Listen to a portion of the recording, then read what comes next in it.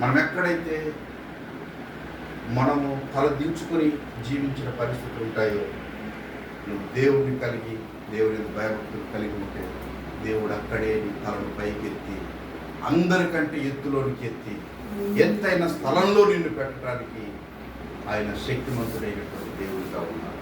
కనుక ఈ 91 కీర్తనలో ఈ కాపుదల, ఈ భద్రత, ఈ కాపుదల గురించిన వచనం పెట్టుకుంటే కానీ దానికి ముందు ఉన్నటువంటిది ఏంటంటే మహోన్నతుని సాటిన నివసించడం. దానికి ముందు జరగవలసిన అంశం ఏంటంటే మహోన్నతుడైన దేవుణ్ణి నీకు నివాస స్థలంగా చేసుకోవటం. 23వ కీర్తనలో కీర్తనకారుడు దావీదు గారు చెప్తారు, నేను చిరకాలము యెహోవా మందిరములో నివాసము. అప్పుడు అంటున్నాడు, నా బ్రతుకు కాలం అంతా కూడా కృపాక్షేమములు నా వెంట. నీవు దేవుని మందిరంలో నివాసం చేయకుండా, దేవునితో సహవాసం చేయకుండా, దేవునితో పెనవేసుకోకుండా కృపాక్షేమాలు మన వెంట రావు.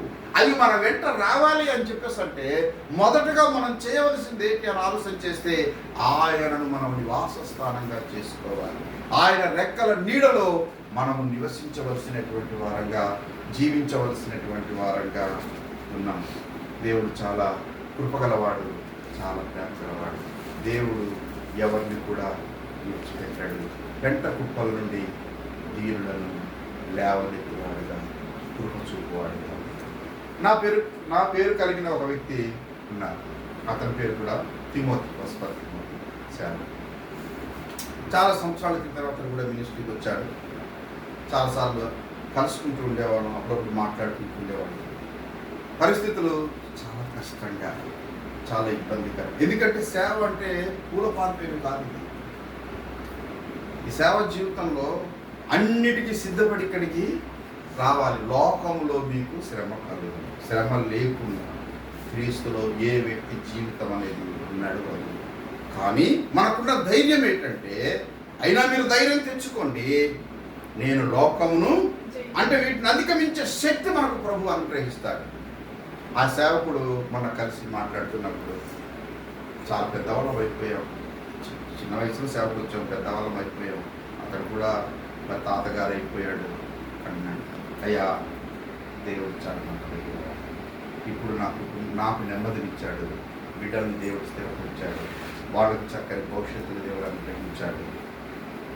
అందుకనే ఇదిగో నేను మరలా నేనున్న మా సొంత ఊరు ఒక మందిరం కట్టానయ్యా, నాకు బిడ్డలను దేవుడు దీవించాడు, వాళ్ళ ద్వారా ఇక్కడ ఒక చిన్న మందిరం నిర్మించాను.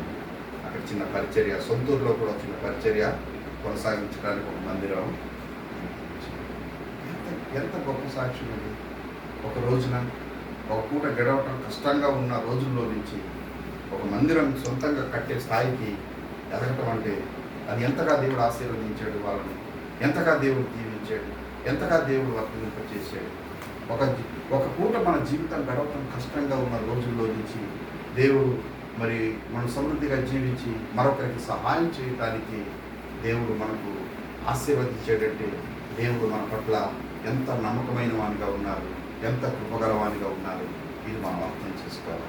అందుగురించి దేవుని భయభక్తులు కలిగి ఉంటే వాళ్ళకి బహు ధైర్యాన్ని పుట్టిస్తాడు.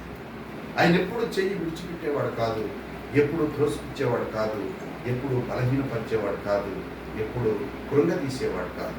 ఇంకా ఆయన ఏం చెప్తున్నాడు ఈ 91 కీర్తనలు అంటే, నేను ఈ మాటలు చెప్పి నేను ముగించడానికి ఇష్టపడుతూ ఉన్నాను. ఎంత చక్కగా చెప్తున్నారయ్యా అని ఆలోచన చేస్తే 14వ వచనానికి వచ్చినప్పుడు, అతడు నన్ను ప్రేమించుచున్నాడు గనక నేను అతన్ని తప్పించేదను. అతడు నన్ను ప్రేమించుచున్నాడు, అతడు నా నామము ఎరిగినవాడు గనుక నేను అతనిని ఘనపరిచెదను. అతడు నాకు మొర్ర పెట్టగా నేను అతనికి ఉత్తరం ఇచ్చేదను, శ్రమలో నేను అతనికి తోడై ఉండేదను, అతన్ని విడిపించి అతన్ని గొప్ప చేసేదను, దీర్ఘాయువు చేత అతన్ని తృప్తిపరిచేదను, నా రక్షణ అతనికి చూపించేదను. కనుక అతడు నన్ను ప్రేమించుచున్నాడు కనుక. ప్రాముఖ్యమైనటువంటి ఒక ఆజ్ఞ చెప్పండి, ప్రాముఖ్యమైన ఆజ్ఞ చెప్పండి.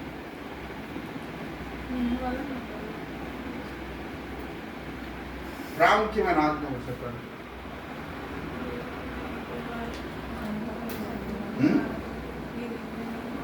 నీ దేవుడైన యెహోవాను నీ పూర్ణ ఆత్మతో, నీ పూర్ణ బలంతో, నీ పూర్ణ శక్తితో ప్రేమించాలి, సేవించాలి, ఆరాధించాలి.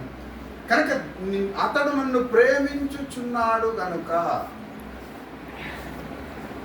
దేవుని ప్రేమించడం అంటే మనం చదువుకున్నాం. మొదటి యోహాను పత్రిక 5వ అధ్యాయంలో అతడు నా ఆజ్ఞలు, దేవుని ప్రేమించడం అంటే ఆయన ఆజ్ఞలు గైకొనుటయే అని చెప్తాడు. అందుగురించి దేవుని ప్రేమించడం అంటే ఆయన ఆజ్ఞలు గైకొనుటనే. అతడు నా నామము ఎరిగినవాడు కనుక నేను అతన్ని గొప్ప చేసేదను. అతడు నా నామం ఎరిగినవాడు అంటే నన్ను అంగీకరించినవాడు, నన్ను స్వీకరించినవాడు. అందుకే అతడు మొరపెడితే అతనికి శ్రమలో నుంచి నేను విడిపిస్తాను, దీర్ఘాయువుని నేను అతనికి దయచేస్తాను. ఎంత గొప్ప ఆశీర్వాదాలు, ఎంత గొప్ప దీవెనలు. అందుగురించి మనం అతన్ని ప్రేమించటం, అతన్ని దేవుణ్ణి ఎరిగి ఉండటం చాలా ప్రాముఖ్యం. పరిశుద్ధ గ్రంథంలో ఏలీ కుమారుల గురించి రాయబడి ఉండేది. ఎవరు రాయబడింది? వారు ఒక యాజకుల యొక్క పిల్లలే, కానీ వారు యెహోవాను ఎరుగని వారే అని రాయబడింది. కానీ అతడు నా నామం ఎరిగిన వాడు గనుక, అతడు గనుక మొరపెడితే అతను కలిగిన శ్రమలన్నింటిలో నుంచి నేను అతన్ని తప్పిస్తాను, విడిపిస్తాను, అతన్ని నేను గొప్ప చేస్తాను అంటున్నాడు. దేవుణ్ణి తెలుసుకోవడం అంటే దాని అర్థం ఏంటంటే ఆయనకు లోబడి జీవించటము. యెహోవాను ఎరుగని వారు అంటే దాని అర్థం ఆయన ఆజ్ఞలకు కట్టడలకు లోబడని వారు అని. యెహోవాను ఎరిగిన వారు అంటే దాని అర్థం ఏంటంటే ఆయన ఆజ్ఞలకు కట్టడలకు లోబడుతున్నవారు అని అర్థం. ఆయనకు లోబడకుండా, ఆయనకి విధేయత చూపకుండా, ఆయనకి సాగిలపడకుండా ఆయన మన జీవితాల్లో అద్భుతాలు, ఆశ్చర్య కార్యాలు ఏమి జరుగుతాయి. అందుగురించి దేవుడు చాలా కృపగలవాడు. కృపలో ఒక 2 పోర్షన్స్ చెప్తాను. ఫస్ట్, కృపలో ప్రాముఖ్యమైన ఒక జనరల్ గ్రేస్ అంటాం. అంటే ఏంటంటే సాధారణంగా ఈ భూమి మీద ఉన్నట్టు మన ఊళ్ళో వర్షం కురిసిందనుకో, అందరి మీద కూడా వర్షం, సూర్యుని వేళ అందరికీ, ఇది సాధారణమైన కృప. మరి ప్రత్యేకింపబడిన కృప ఏంటి అంటే దేవుడు ఒక వ్యక్తిని ఎన్నుకున్నప్పుడు, ఒక వ్యక్తిని ఏర్పరచుకున్నప్పుడు, ఒక వ్యక్తిని ఒక పర్పస్, ఒక ఉద్దేశంతో నడిపిస్తున్నప్పుడు, తాను పిలుచుకున్నప్పుడు అతనిపై స్పెషల్ గ్రేస్ ఉంటుంది, ప్రత్యేకమైన కృప. ఆ కృప నిన్ను ఆదరిస్తుంది, నిన్ను ధైర్యపరుస్తుంది, నీకు తోడుగా ఉంటుంది, నీకు భద్రపరుస్తుంది, నిన్ను నడిపిస్తూ ఉంటుంది అన్నమాట. అందుగురించి మనం ఆ కృపకు మనం పాత్రులం కావాలి. దేవుని వాక్యంలో చెప్పబడింది, దావీదునకు చూపిన శాశ్వత కృపను మీకును చూపుతాను అంటది యెషయా గ్రంథంలో. కనుక దేవుడు శాశ్వత కృప చూపిస్తున్నాడు. ప్రభువైన యేసుక్రీస్తు వారి ద్వారాగా ఆ కృప మనకును విస్తరించింది. ఆ కృపకు మనము కూడా పాత్రులమయ్యాం. ఆ కృప వలనే మనం ఇప్పుడు రక్షింపబడ్డాం. నిజానికి మనం మంచి పనులు చేసినందుకు మనకు రక్షణ రాలేదు. మన కోసం, మన పాపముల నుంచి విడిపించటం కోసం ప్రభువైన యేసుక్రీస్తు వారు సిలువపై రక్తము కార్చి ప్రాణం పెట్టి ఆయన నా పాపములను భరించారు కనుక, వహించారు కనుక మనకు మన పాపముల నుంచి విడుదల దొరికింది, మనకు రక్షణ దొరికింది అనే సత్యాన్ని మనం తెలుసుకున్న నాడు నీవు ఖచ్చితంగా ఆయన కృపకు నువ్వు పాత్రుడు అవుతావు. ఈరోజు చాలా మందికి ఆ యొక్క సత్యం అర్థం కావటం లేదు. నేను మంచి పనులు చేస్తే రక్షింపబడతానేమనుకుంటున్నారు. కాదు, కేవలం క్రీస్తు కృప వలనే. కానీ నీవు మంచి పనులు చేస్తే నీ బిడ్డలకు, నీ పిల్లలకు కూడా మంచి జరుగుతుంది. నీళ్లు పోయేవానికి నీళ్లు పోయబడదు. బైబిల్లో చెప్పిన మాట, నీళ్లు పోసేవానికి ధాన్యము బిగబట్టువాడు శాపం పొందుతాడు అన్నాడు. అంటే ఆహారం పెట్టేవాడికి ఆహారాన్ని దేవుడు ఇస్తాడు. చాలా చాలా ప్రాముఖ్యం.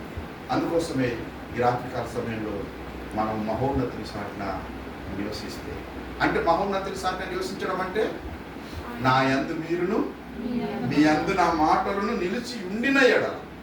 కనుక మనం ఆయనలో ఏకమైనప్పుడు, ఆయనలో జీవించినప్పుడు అది ఎలాగునంటే దేవుని వాక్యం చాలా స్పష్టంగా 119వ కీర్తనలో 11వ వచనంలో ఏం చెప్తున్నారంటే, నీ ఎదుట నేను పాపము చేయకుండానట్లు నీ వాక్యమును నా హృదయమందు ఉంచుకొని ఉన్నాను అంటాడు కీర్తనకారుడు. ఏంటి చెప్పండి? నీ ఎదుట నేను పాపము చేయకుండానట్లు ఏం జరిగింది? నీ వాక్యమును నా హృదయంలో ఉంచుకున్నాను. దేవుని వాక్యం ఉన్నప్పుడు మనం పరిశుద్ధంగా మన హృదయంలో దేవుని వాక్యానికి చోటు ఉందా? దేవుని వాక్యానికి మనం చోటు ఇవ్వగలుగుతున్నామా? అంటే దేవునికి చోటు ఇవ్వగలుగుతాం. దేవుని వాక్యానికి చోటు ఇవ్వకుండా, దేవుని వాక్య ప్రకారం జీవించకుండా నీవు దేవుని గణపరచలేవు, దేవుణ్ణి ఆరాధించలేవు, దేవుణ్ణి మహిమపరచలేవు. దేవుణ్ణి ఆరాధించడం అంటే, దేవుణ్ణి గణపరచడం అంటే ఆయన ఆజ్ఞల్ని కట్టడాన్ని అనుసరించి ఆయనకు విధేయత చూపి ఆయనకు సాగిలపడి ఆయన చెప్పినట్లుగా మనము నడుచుకోవటమే. దేవుని ఆరాధించడం. యేసుక్రీస్తు వారు చెప్పారు జాలర్లను చూసి, పేతురు యోహాను చూసి, ఇదిగో మీరు నన్ను వెంబడించండి అన్నాడు, నేను మిమ్మల్ని మనుషులను పట్టు జాలరుగా చేస్తానన్నాడు. వారు ఆయనను వెంబడించారు. అది ఆరాధన. ఆయనను వెంబడించడం ఆరాధన. ఆయన మాట శ్రద్ధగా వినటం ఆరాధన. ఆయన చెప్పింది చేయటం ఆరాధన. అది వర్షిప్ అంటే. వర్షిప్ అంటే మనం అనుకుంటాం చాలా సౌటింగ్ చేస్తూ గట్టిగా పాటలు పాడటమని, గట్టిగా వాయిద్యాలు వాయించటమని. ఇప్పుడు సంగీతంతో ఆరాధన నడిచిపోతున్నాను. సంగీతం ఆరాధన అవ్వదు.